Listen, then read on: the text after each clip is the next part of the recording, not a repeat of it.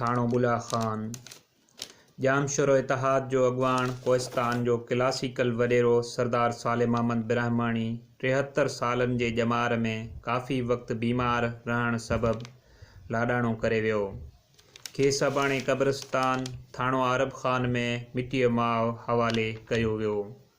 संदसि तदफ़ीन में सिंध जे केतिरनि ई सियासतदाननि मुअज़्ज़ज़ शख़्सियतनि शिरकत कई। वॾेरो साले महमद ब्राह्मणी भिटाई साहब जो पारखू हो, वॾो ज़मींदार, माल जो वॾो शौक़ीन पुण हो।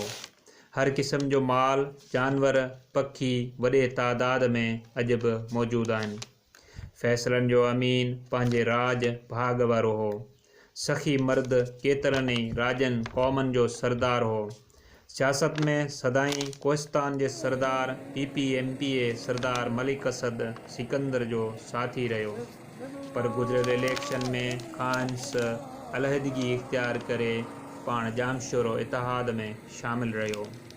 इसाक इस्माइल गबोल, गबोल मीडिया, थाणो बुला खान, कोहिस्तान।